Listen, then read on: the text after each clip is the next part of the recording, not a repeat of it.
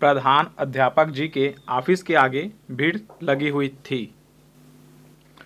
कुछ लड़कों ने सुरेश को इतना मारा था कि सिर फूट गया था। सब इस बात को जानते थे कि यह काम महेश और उसके साथियों का है। सुरेश और महेश की दुश्मनी पूरे स्कूल में जाहिर थी, मगर बात इतनी बढ़ जाएगी इसकी किसी को भी उम्मीद न थी। प्रधान अध्यापक जी बहुत पूछने पर भी सुरेश ने महेश का नाम नहीं बताया। प्रधान अध्यापक जी ने एक बार फिर पूछा, बताओ सुरेश, यह किसका काम है? उसे ज़रूर सज़ा दी जाएगी।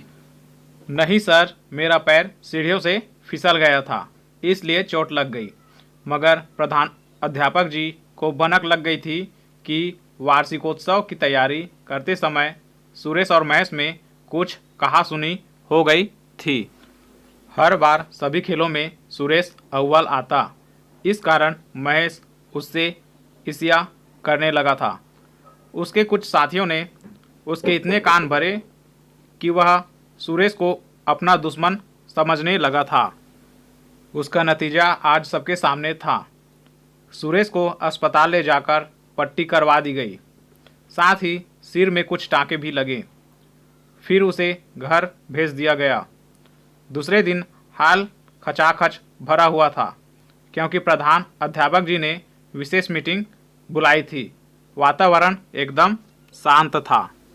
प्रधान अध्यापक जी बोले, कल हमारे स्कूल में जो घटना हुई है उससे मुझे गहरा आघात पहुंचा है। मुझे दुख है कि हमारे स्कूल की शिक्षा को कुछ छात्रों ने सही ढंग से ग्रहण नहीं किया। महेश और उसके साथियों के चेहरे पीले पड़ गए। उन्हें ऐसा महसूस हो रहा था मानो उनकी धमनियों में रक्त जम गया हो। महेश सोच रहा था कि कहीं ऐसा तो नहीं कि सुरेश ने उसका नाम प्रधान अध्यापक जी को बता दिया हो। हाय, अब मैं क्या होगा? महेश सोच में पड़ गया। सुरेश को मारते वक्त वह इतना हिंसक हो गया मानो उस पर शैतान सवार हो गया हो। उसने आगे देखा ना पीछे। स्टिक से सुरेश के सिर पर कई वार किए।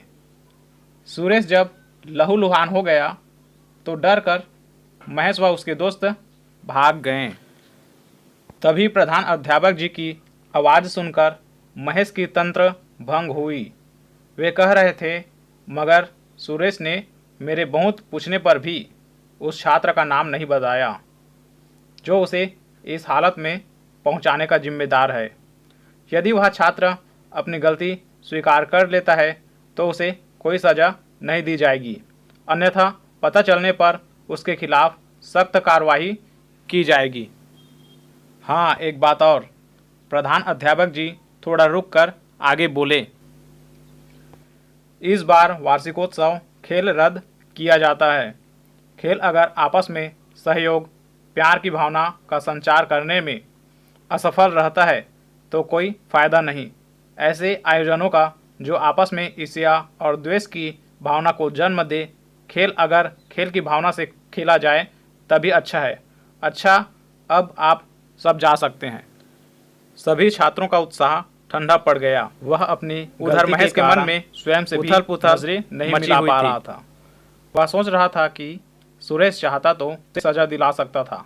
फिर उससे मन ही मन अपनी गलती स्वीकार की और प्रधान अध्यापक जी के पास जा पहुंचा। सर, मुझे माफ़ कर दीजिए, मैं ही सुरेश की इस हालात का जिम्मेदार हूँ। कहते हुए महेश की आंखों से आंसू निकल पड़े।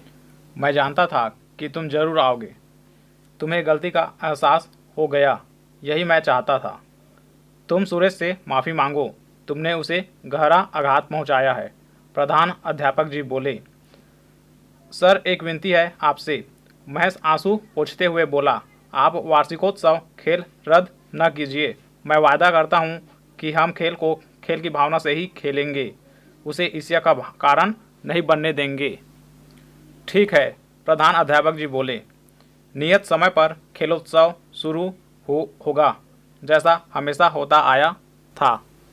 सुरेश इस बार भी सभी प्रतियोगिताओं में विजयी रहा। सभी शिक्षकों के मन में आशंका थी कि कहीं फिर कोई हादसा न हो जाए। मगर सबकी आशंका के विपरीत महेश आगे बढ़ा और सुरेश से बोला, बधाई हो सुरेश, वास्तव में मेहनत ही सफलता की हकदार होती है। तुम ऐसा क्यों सोचते हो? सुरेश बोला, अगली बार तुम्हें भी सफलता ज़रूर मिलेगी। मैं तुम्हें प्रैक्टिस कराऊंगा। बोलो, स्वीकार है? महेश की आंखों में आंसू आ गए। बोला, क्या तुम मेरे दोस्त बनोगे? क्यों नहीं? सुरेश और महेश दोनों प्रधान अध्यापक जी के पास जा पहुँचे।